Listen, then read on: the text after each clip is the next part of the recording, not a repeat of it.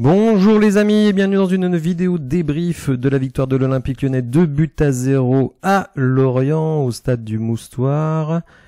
Une victoire très importante évidemment dans la course au maintien, un maintien qui se matérialise de plus en plus et si on se base par rapport à l'objectif de 35 points, bon qui est peut-être un petit peu au doigt mouillé, eh bien nous nous y rapprochons puisque nous sommes désormais à 31 points. On verra le classement un petit peu plus tard dans la vidéo. Une victoire qui fait du bien et qui n'était pas acquise d'avance, même si on va le voir, vous, lorsque j'ai lancé le sondage sur le pronostic du match, vous étiez quand même très confiant. Alors avant d'aller plus loin, je voudrais remercier tous ceux qui s'abonnent à Twitch avec l'abonnement Amazon Prime. Et ceux qui se sont abonnés le mois dernier, n'oubliez pas surtout de vous réabonner, ce n'est pas automatique. Donc il faut aller cliquer sur se réabonner. Évidemment ça reste gratuit, mais il faut faire la démarche. Donc les amis, je compte sur vous pour continuer à me soutenir grâce à cet abonnement Amazon Prime. Donc effectivement dans le pronostic, vous étiez quand même 72% avec 986 votes à avoir une victoire de l'Olympique Lyonnais, 16% voyaient un match nul et 13% imaginaient une victoire lorientaise. Alors évidemment, avant le match, ce qui a créé quand même un petit peu d'incertitude, notamment de ma part, puisque moi je pronostiquais mollement un petit 1 partout, bien évidemment, c'est l'absence de 4 titulaires. Alexandre Lacazette, donc toujours pas remis de sa béquille reçue contre Strasbourg. Lacazette qui, par parenthèse, a accueilli son 3e enfant pendant le match, donc félicitations à lui et à la maman. Autre absent de marque, évidemment, Aurel Mangala, qui était malade. Absent également, Ansley Maitland-Niles, qui était suspendu. Et absent de dernière minute, et alors là, on n'a pas d'explication. D'ailleurs, si vous avez une explication sur son absence, je vous invite à me la donner dans les commentaires, puisque je n'ai rien vu sur ce sujet. Ernest Nuama, pourtant titulaire quasiment à chaque fois qu'il est disponible. Il était présent à l'entraînement jeudi. Il n'a pas été annoncé comme absent du groupe par Pierre Sage lors de la conférence de presse. Alors de fait, il était absent du groupe puisqu'il n'était même pas sur le banc. Et donc on se disait, quand même avec ces absents, d'autant qu'il y avait une statistique qui courait que l'OL cette saison n'a jamais gagné en championnat sans Alexandre Lacazette. Donc on pouvait légitimement avoir quelques craintes, d'autant que Pierre Sage avait fait des choix forts, notamment pour remplacer Alexandre Lacazette, puisque on était nombreux à penser que Orban aurait à nouveau sa chance et ça n'a pas été le cas. On reviendra sur son cas un petit peu plus tard. Donc on est parti avec un 4-1-4-1 comme c'est devenu l'habitude avec Pierre Sage, donc avec Anthony Lopez, Tagliafico, Caleta-Char, O'Brien, Mata. Finalement la défense, on va dire elle est relativement classique, même si la Pierre Sage, bien évidemment, est sans doute ravi de la performance de Clinton Mata, puisque Clinton Mata était sorti de la rotation au profit d'Ansley Maitland-Niles. Il est revenu évidemment dans la rotation du fait de la suspension d'Ansley, mais Mata, selon moi, après ça peut se discuter parce qu'il y a beaucoup de joueurs qui ont fait un bon match, a été l'homme du match, déjà parce qu'il fait une magnifique passe décisive, et puis surtout il était au four au moulin, très présent défensivement, très présent aussi offensivement pour apporter du surnombre. Donc il a fait un match plein, sans doute piqué, puisque on va dire habituellement c'était plutôt lui le titulaire en latéral droit. Donc ça fait des mots de tête sympathiques pour l'entraîneur de se dire j'ai 2 joueurs qui ont le niveau pour être titulaires au poste de latéral droit, donc Mata et Maitland-Niles. Donc évidemment pour un coach, c'est, on va dire, des problèmes qu'on aime avoir, d'avoir autant de choix. Au milieu de terrain, l'absence de Mangala était compensée par le retour de Tolisso. On craignait pour Tolisso qu'il ne puisse pas tenir tout le match dès lors que il n'avait pas joué depuis quasiment 4 semaines. Finalement, il a tenu le choc, même s'il tirait quand même un peu la langue en fin de match. On retrouvait Nemanja Matic, vous allez voir, qui a réalisé un match assez incroyable. Maxence Cacré qui a fait un bon match également, qui d'ailleurs envoie Mama Baldé sur le 2e but avec une passe en profondeur de bonne facture. Sur le côté gauche, on retrouvait Saïd Benrahma qui est plutôt bon après des débuts difficiles. Hier soir, il n'a pas été transcendant, notamment sur les coups de pied arrêtés, mais bon, lui aussi, on va dire, a été dans le collectif, puisque quand je vais parler du match de manière plus approfondie, je vais mettre en avant ce collectif. Malik Fofana, du côté droit, alors certains n'ont pas tellement apprécié sa performance, moi j'ai trouvé que c'était tout à fait correct. Alors certes, il n'a pas été à la création d'occasions franches, mais lui aussi est entré dans le plan collectif, et je pense que ça a beaucoup aidé. Évidemment, le numéro 9, on attendait tous, je pense, Orban, et puis Hugo Guimet, dans le début de l'après-midi, nous a informé que ce serait Mama Baldé qui débuterait. On pourra voir après dans les déclarations de Pierre Sage que notre ami Victor Orban, il a perdu beaucoup de points, d'autant que son entrée en cours de match n'a pas été convaincante du tout, et ça commence à faire beaucoup. On l'aime bien, c'est un combattant, il est un petit peu particulier comme garçon, donc ça le rend relativement sympathique, mais après, faut pas non plus tomber dans la dilettance, et je trouve qu'il est très dilettant, et en plus, il est un peu de mauvaise humeur constamment. Alors c'est bien d'être un fighter, c'est bien d'être un combattant, mais quand je le vois hurler sur Tolisso, hurler sur Cherki, etc., je me dis que il va pas se faire beaucoup de copains dans l'équipe, et rapidement il va être un petit peu isolé, notre ami Orban, parce que son entrée n'a pas été bonne, que ce soit dans l'attitude que dans les performances. Alors Lorient, c'était un adversaire, on va dire, à notre portée, a priori, mais qui restait quand même sur de bonnes performances. Mais vous pouvez le voir rapidement sur l'attaque momentum, en fait, il n'y a pas eu de match. L'OL a dominé de la première à la dernière minute. Alors c'est vrai qu'en première mi-temps, on va dire globalement, on a été un tout petit peu ronronnant, même si on a eu quelques très belles occasions, où très sincèrement, je pense qu'on aurait mérité d'ouvrir le score. Mais leur gardien, Yvon Mvogo, finalement a fait des miracles, ce qui a permis à Lorient de maintenir un score de parité jusqu'à la pause. On reprend la deuxième mi-temps avec beaucoup d'envie, beaucoup d'énergie, et c'est Nicolas Tagliafico qui astucieusement s'infiltre entre deux géants défenseurs de Lorient pour placer un boulet de canon de la tête. Il faut quand même savoir que sur cette action-là, c'est Clinton Mata, donc le latéral droit, qui se bat pour récupérer le ballon, qui dribble un joueur et qui arrive à faire un centre absolument parfait juste devant le but, et Tagliafico qui réalise un dépassement de fonction très salutaire en se présentant à cet endroit dans la surface de réparation. Franchement, c'est pas là qu'on l'attend. Il surprend tout le monde et il fusille le gardien à bout portant. Quelques minutes plus tard, c'est Mama Baldé, donc vraiment, si on nous avait donné un ticket Tagliafico Mama Baldé avant le match en double buteur, on aurait rigolé. Mais Mama Baldé, qui a pas fait un énorme match, très sincèrement, beaucoup de déchets dans son jeu, mais qui sur l'action du but a été tout simplement parfait. Alors presque parfait, si on veut, on va dire, être un peu tatillon. Il est lancé dans la profondeur par Maxence Cacré depuis son propre camp. Il se tape une course de 60 mètres, Mama Baldé.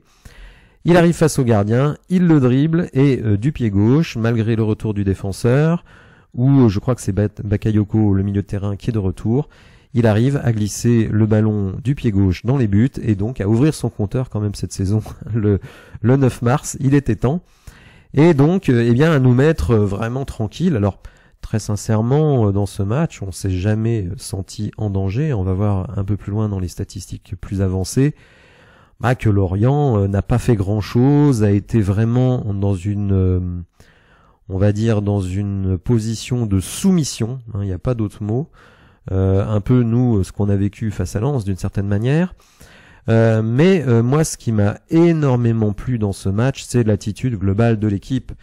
Et vous savez, Pierre Sage parle énormément du collectif. D'ailleurs, il avait pointé lors du match contre Lens des initiatives individualistes, et pas des individuelles, des initiatives individualistes. Et là, finalement, ce qui a été vraiment plaisant, c'est que tous les joueurs, je dis bien tous les joueurs, ont été dans le bon esprit. on a systématiquement fermé les contre-attaques, on a systématiquement fermé les espaces. À chaque fois qu'un gars était passé, il y avait un ou deux mecs pour aller l'aider. Quand les ailiers ou les pistons l'orientaient, montaient, exactement la même chose. On avait un Tagliafico qui était aidé soit par Tolisso, soit par Matic, soit par Cacré, soit par Caleta-Car. Du côté de Clinton Mata, même chose, Cacré venait aider énormément. Donc vraiment, il y a eu une solidarité qui m'a énormément plu. Alors j'ai parlé des milieux de terrain qui venaient aider, mais aussi Malik Fofana. C'est pour ça que moi je ne considère pas que son match est vraiment mauvais de la part de Fofana, parce que lui aussi a été dans cette logique-là, d'aider énormément. Et en fait, on a senti Lorient baisser les bras, tout simplement. Il ne trouvait aucune solution, et bon, était quand même dominé techniquement. Et je trouve que ça, c'est vraiment très rafraîchissant. Alors attention, il faut toujours relativiser les performances par rapport à l'adversaire. Lorient, c'est beaucoup moins fort que Lens, ça c'est clair. Ça fait pas de pressing, c'est très attentiste, ça joue bloc bas et ça cherche la contre-attaque. Ce qui est intéressant tactiquement, c'est que Pierre Sage nous avait dit que l'un des aspects principaux de ce que devait faire l'OL sur le plan tactique dans ce match-là, c'était de fermer la porte à Mohamed Bamba, qui est vraiment le buteur de cette deuxième partie de saison pour Lorient. Et le pauvre Bamba, il n'a pas vu le jour. Pris systématiquement à deux par le duo O'Brien, Caleta-Car ou même Tagliafico, parce qu'il est plutôt allé du côté droit, l'ami Bamba. Donc il n'a pas vu le jour, et tout ça, ça va se retrouver dans les statistiques, puisque la statistique évidemment qui nous marque, c'est que Lorient a 0 tir cadré. Au niveau des expected goals, 0,52, et pour Lorient, et 1,91 pour nous, donc finalement le 2-0 est parfaitement confirmé par les statistiques. Nous, on finit à 6 tirs cadrés, c'est vrai que leur gardien a fait de très bons arrêts. Donc vraiment, je trouve, pour moi en tout cas, une performance extrêmement cohérente de l'Olympique Lyonnais, un dispositif tactique parfaitement huilé, parfaitement exécuté. Pierre Sage a été en difficulté face à Francaise en tant que tacticien la semaine dernière, mais face à Régis Lebris, il a su trouver les solutions. Alors oui, on me dira, différence de budget, différence de qualité de joueur, oui, ok. Mais vraiment, Lorient a été totalement étouffé de la première à la dernière minute, et franchement, on n'a jamais tremblé dans ce match. On va dire, la seule chose qui pouvait nous inquiéter, entre guillemets, c'était de savoir si on allait ouvrir le score, parce qu'on avait le sentiment que si on ouvrait le score, on allait gagner le match. Et d'ailleurs, pendant le live, d'ailleurs je remercie à ceux qui ont suivi le live, j'avais sorti une stat de DataOL qui disait que quand l'Olympique Lyonnais est à égalité à la mi-temps, il gagne toujours le match cette saison. C'est arrivé 2 fois, face à Monaco et face à Nantes. Alors je sais pas si c'est match nul ou 0-0, pardon, vous irez revoir la statistique, mais en tout cas, au moins quand on est à 0-0 à la mi-temps, on gagne le match, et une fois de plus, ça s'est passé. Donc une statistique qui se vérifie, et qui évidemment nous rend énormément service. Du coup, au classement, ça nous permet, avec 31 points, de prendre quand même énormément de distance avec Le Havre, donc plus 7 points par rapport à Le Havre. Le fameux match à 6 points face à Lorient, s'ils nous battaient, revenait égalité à 28 points, si on les battait, on prenait 6 points d'avance. Donc ça, évidemment, c'est une très bonne chose. On soigne un tout petit peu notre différence de but. Il y a encore du boulot, mais ça avance un petit peu puisqu'on est à plus 11. Moins 11, pardon. Non, si on était à plus 11, on serait bien mieux classé. Excusez-moi. Et donc, on se retrouve à 7 points devant Le Havre qui va jouer, donc il y a un match en moins. On prend également de l'avance, et je crois que aujourd'hui, il y a un Le Havre-Toulouse, donc forcément, une des deux équipes va faire du surplace, et s'il y a match nul, les deux feront un peu de surplace. Donc petit à petit, on se rapproche, on s'éloigne de la zone dangereuse. Alors, ce qui est intéressant aussi de noter, c'est que Reims va jouer à Paris. Donc on peut, je pense, anticiper une victoire du PSG, ce qui fait qu'on ne serait plus qu'à 3 points de la 9e place. Sachant qu'évidemment, la semaine prochaine, on se déplace à Toulouse avant la trêve internationale, et que Toulouse est un peu en feu, eux aussi. Alors c'est le moment d'aller éteindre cet incendie. Et donc, après ce petit point sur le classement, donc nous, voilà à nouveau 10e, eh bien, mais surtout loin de la zone de relégation, on va regarder quelques statistiques individuelles, et ensuite, on regardera les déclarations de notre coach Pierre Sage. Alors justement, Pierre Sage, eh bien écoutez, sur les moyennes de points des différents coachs de Ligue 1 qui ont disputé au moins 12 matchs, Luis Enrique, donc l'entraîneur du PSG, évidemment devant, avec 2,29, Julien Stéphan, Eric Roy, 1,92, et Pierre Sage est 4e, enfin 3e en nombre de points, 4e si on considère les deux ex-aequo, avec 1,85. Donc évidemment, c'est autre chose que ce qu'on a connu en début de saison. Et évidemment, il faut lui tirer un grand coup de chapeau pour avoir remis l'équipe à l'endroit et remercier aussi la cellule de recrutement, John Textor, et oui, ça m'arrivera pas souvent de le remercier, mais d'avoir corrigé ses erreurs de l'été en nous donnant un mercato de très bon niveau qui nous permet de remonter au classement, de respirer et peut-être évidemment d'avoir un petit espoir, enfin même un gros espoir en Coupe de France. Nemanja Matic qui nous a fait un match assez incroyable puisque figurez-vous que le joueur a réussi 83 de ses 83 passes hier après-midi, plus haut total pour un joueur hors défenseur, affichant 100% de réussite dans l'exercice pour un match de Ligue 1 depuis que Opta collecte les données en 2006-2007.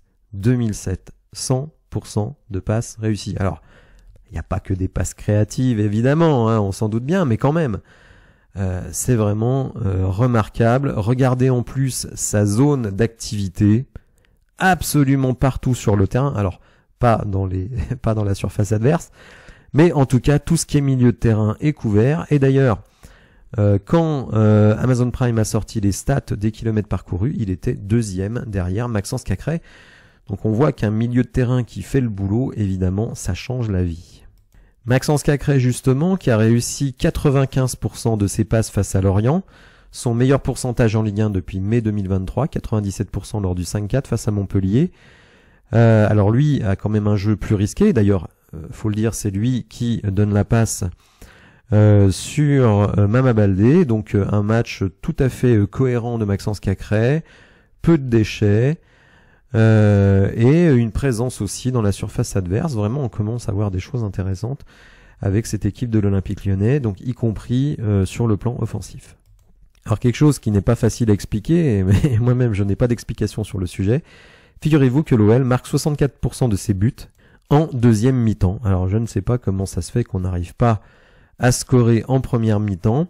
Alors ce serait bien d'avoir le pourcentage des équipes globales en Ligue 1, parce que je pense que globalement il y a plus de buts en deuxième mi-temps qu'en première mi-temps en Ligue 1, mais je pense pas que ce soit 2 tiers comme ceux des buts de l'Olympique Lyonnais.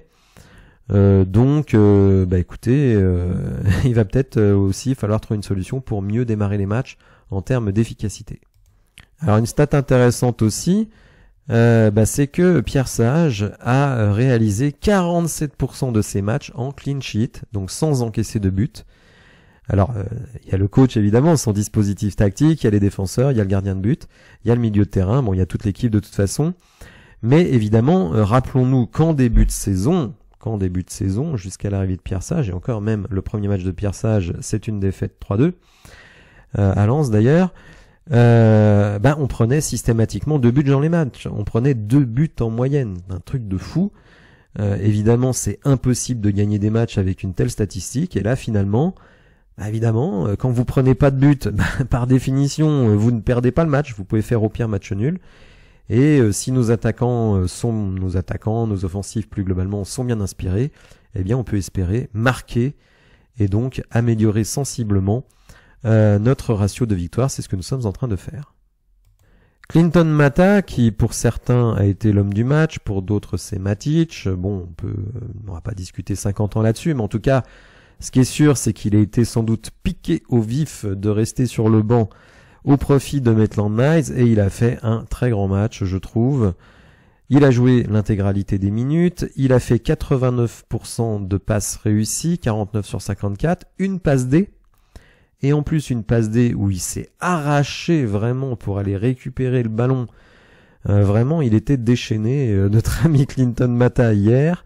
71% de duels remportés, record du match côté OL, 4 tacles, 1 dégagement défensif, 2 tirs hors cadre, c'est vrai que là, il a été moins spectaculaire là-dessus, et 4 récupérations. Non, vraiment un match XXL pour Clinton Mata. D'ailleurs, Flavien, que j'en profite pour saluer à l'occasion de cette vidéo, avait dit que c'était un peu dur quand même de l'avoir sorti du 11 titulaire. En tout cas, là, on peut dire qu'il a marqué beaucoup de points pour y revenir. Pierre Sage, évidemment, était très satisfait, on le serait à moins, parce que finalement, à la fois ses choix de joueurs ont été payants, son choix tactique a été payant, et donc il disait, après le match, on peut perdre des matchs, mais on n'a pas le droit de ne pas les jouer. Là, l'équipe a joué en attaquant les espaces, même si on y en avait peu, en gérant le marquage préventif, on pouvait attendre de marquer un but sans être mis en danger. Les joueurs ont cette fois été très sérieux ensemble et sur la durée, en défendant haut, ils ont été matures dans leur comportement à la perte et dans leur manière d'animer le plan de jeu. Alors il a aussi parlé de Mama Baldé, qui est un peu le héros inattendu de la soirée, hein. C'est lui qui met le match définitivement hors de portée pour les Merlus.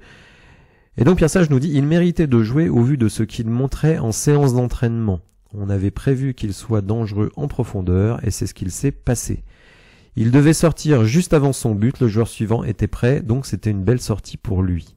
De manière plus globale, il salue, on va dire, la persévérance de Mama Baldé en disant « Je suis assez content aussi que ce soit des joueurs qui jouent un peu moins qui aient apporté des réponses positives ce soir. Cela montre l'importance de tout le monde dans un groupe comme celui-ci. Mama Baldé, qui de temps en temps n'était pas dans le groupe avec des petits temps de jeu, n'a jamais baissé le pavillon en séance d'entraînement. Et quand la chance est venue, il l'a saisie. Il devait sortir juste avant son but, son remplaçant était prêt. Et c'était une belle sortie pour lui. » Et donc, en gros, Pierre Sage passe un message à ceux qui jouent moins. On peut aussi penser au petit Diawara, qui à mon avis quand même aurait pu rentrer plus tôt. Il est rentré dans les 2 dernières minutes du match. Mais en gros, il dit aux joueurs, écoutez, c'est pas parce que vous êtes parfois pas dans le groupe, parfois vous ne jouez pas beaucoup, qu'il faut baisser les bras. La chance viendra pour vous à un moment ou à un autre, et il faudra savoir la saisir. Et donc il dit, là vraiment l'implication de Mama Baldé à l'entraînement lui a permis d'être titulaire. Si on raisonne à contrario, on peut dire que celui qui était prévu normalement pour être titulaire, c'est-à-dire Gift Orban, n'a absolument pas fait ce qu'il fallait cette semaine à l'entraînement. Déjà que depuis quelque temps il ne le fait pas en match, visiblement il ne le fait pas non plus à l'entraînement. Je pense que ce que dit Pierre Sage n'est pas neutre. Il envoie un message, il sait très bien que ces déclarations seront lues par ses joueurs, et donc moi j'y vois quand même un énorme tacle à Gift Orban. Est-ce que, alors là c'est pure spéculation de ma part, hein, je n'ai absolument aucune info là-dessus, est-ce que l'absence d'Ernest Nuama peut être mise en lien avec l'action la semaine dernière contre Lens, qui a été pointée du doigt par Pierre Sage en conférence de presse? Donc est-ce que son absence peut être expliquée par cette situation? Je ne sais pas, ce n'est pas impossible, mais comme les journalistes ne font pas leur métier, ne posent pas les bonnes questions aux entraîneurs, on ne peut pas savoir ce qui se passe. Voilà, n'hésitez pas dans les commentaires à me dire ce que vous avez pensé de ce match. Si vous avez apprécié la vidéo, n'hésitez pas à la liker, à vous abonner sur YouTube et vous réabonner ou vous abonner sur Twitch pour les possesseurs de Prime Video. Merci de m'avoir suivi et je vous dis à bientôt. Au revoir.